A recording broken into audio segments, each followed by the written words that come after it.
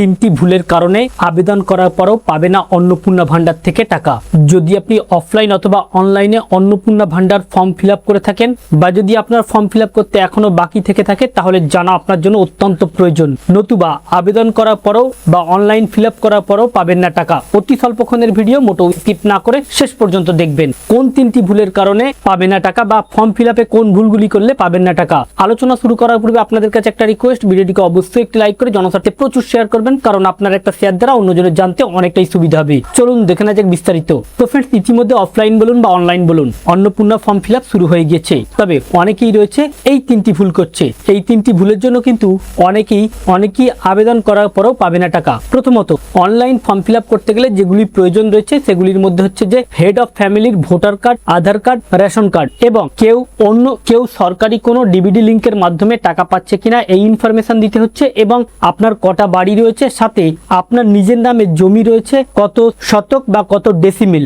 এরপরে দিতে হচ্ছে অ্যাড্রেস আপডেট, এরপরে দিতে হচ্ছে অ্যাড্রেস এবং সাথে দিতে হচ্ছে পরিবারের সদস্যদের আধার কার্ড এবং যাদের ভোটার কার্ড হয়ে গেছে ভোটার কার্ড, মোট কতজন পরিবারের সদস্য রয়েছে। তবে প্রথমত, এই অনলাইন ফিল আপে যদি কেউ কোনো ভুল ইনফরমেশন দিয়ে থাকে তাহলে তার আবেদনপত্রটি রিজেক্ট হয়ে যাবে বা পরে তাকে জবাবদিহি পর্যন্ত করতে হতে পারে। দ্বিতীয়ত, অনেকেই রয়েছে যারা তাদের স্বাস্থ্যসাথী কার্ডের ডিটেলসটা দিচ্ছে না, অর্থাৎ তাদের কাছে যে স্বাস্থ্যসাথী কার্ড রয়েছে এই স্বাস্থ্যসাথী কার্ডের ইনফরমেশনটি আপলোড করছে না। এখানে কিন্তু সমস্যায় পড়তে পারেন। দ্বিতীয়ত, অনেকেই লুকোচ্ছে বাড়ি পরিবারের সদস্য কারোর আইটি ফাইল রয়েছে বা ইনকাম ট্যাক্স ফাইল রয়েছে, সেই ইনফরমেশনটি কিন্তু অনেকেই এখানে কিন্তু লুকোলে পরে সমস্যা হতে পারে। এর সাথে অনেক এমনও রয়েছে যারা পরিবারের তথ্য বা পারিবারিক ইনফরমেশন লুকাচ্ছে। হয়তো কারো পরিবারের 10 জন সদস্য রয়েছে, 10 জনের মধ্যে দেখা যাচ্ছে যে 3 জন দিচ্ছে কি 5 জনের দিচ্ছে বা 4 জনের দিচ্ছে। কোনো রকম তথ্য যদি কেউ গোপন করে তাহলে কিন্তু আগামী দিনে সমস্যায় পড়বেন। অর্থাৎ যারা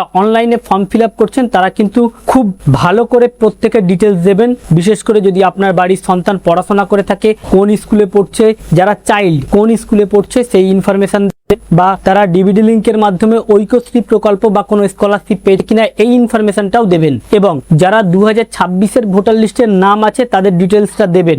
যাদের 2026-এর ভোটার লিস্টের নাম নেই তারা যদি আবেদন করে, তা আবেদন করলে কিন্তু তারা টাকা পাবে না। দেখুন, সরকার স্বচ্ছভাবে প্রত্যেকের অ্যাকাউন্টেই যাতে এই অন্নপূর্ণা ভান্ডারে 3000 টাকা ঢোকে, কোন রকম এই অন্নপূর্ণা ভান্ডারের দুর্নীতি না হয়, সেই প্রক্রিয়া অবলম্বন করে এই অনলাইন ফর্ম ফিল আপ শুরু হয়েছে। যদি কেউ ইচ্ছা করে বা ভুল ইনফরমেশন দিয়ে থাকে তাহলে কিন্তু আগামী দিনে ঘোর বিপদের সম্মুখীন পর্যন্ত হতে পারে।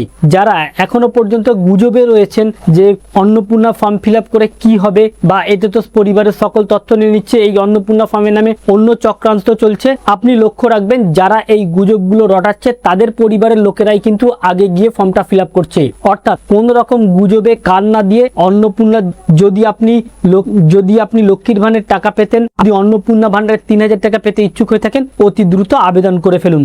আবেদন করার কিছুদিন আপনার অ্যাকাউন্টে ঢুকবে টাকা। তো ফ্রেন্ডস, এই ছিল মূলত বিশেষ আপডেট। আমাদের উদ্দেশ্য ছিল এই আপডেটটি আপনাদের সামনে উপস্থাপন করা যাতে আপনাদের জানতে সুবিধা হয়ে থাকে। ভালো লেগে থাকলে ভিডিওটিকে অবশ্যই লাইক করে শেয়ার করবেন। Thank you friends, thank you for watching.